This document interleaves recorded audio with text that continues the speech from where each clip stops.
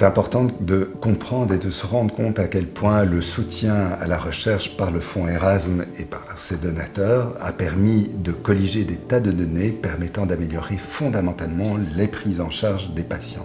On a été dans une situation tout à fait particulière où les différentes équipes de recherche et les équipes de cliniciens ont réussi à travailler ensemble malgré le fait d'être submergés par un nouveau virus.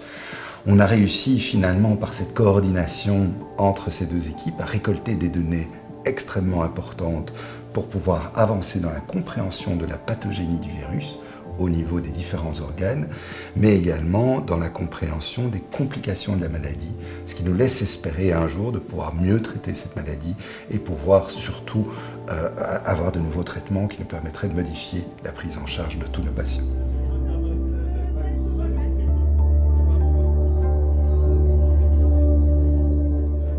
Grâce au soutien des donateurs du fonds Erasme, de l'ULB et de la fondation de l'ULB, l'hôpital Erasme a pu se réorganiser dans le cadre de la crise du Covid. Par ailleurs, ces donations ont permis de financer 15 projets de recherche sur le Covid. Grâce au soutien du fonds Erasme, nous avons démontré que le virus était majoritairement, si pas exclusivement, présent dans le poumon.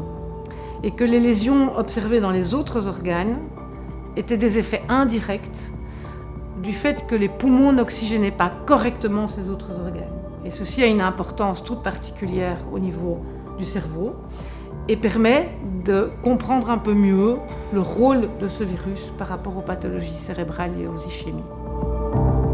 Le but de l'étude était de comprendre pourquoi certains patients étaient très malades alors qu'ils ne présentaient pas les facteurs de risque qui avaient été identifiés dans la population, l'âge, d'autres maladies. Et donc l'hypothèse a été que des facteurs génétiques pourraient être importants dans la réponse de l'hôte, c'est-à-dire l'humain, c'est-à-dire nous, par rapport au virus, le SARS-CoV-2.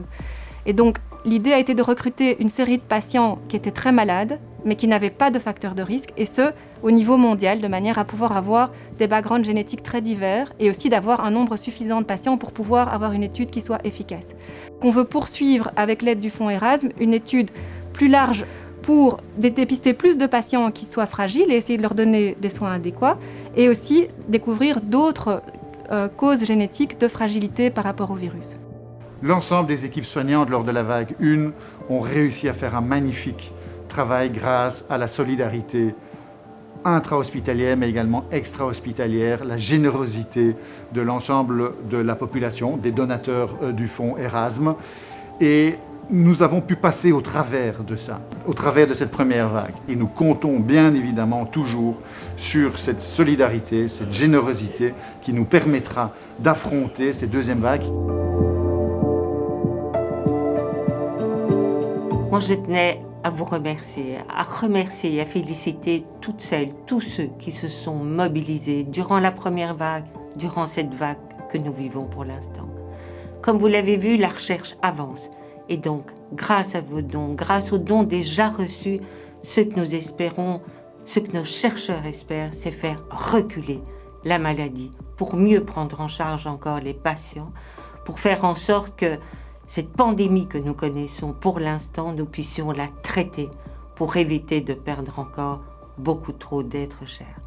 Merci à tous, merci pour votre soutien, merci pour votre générosité.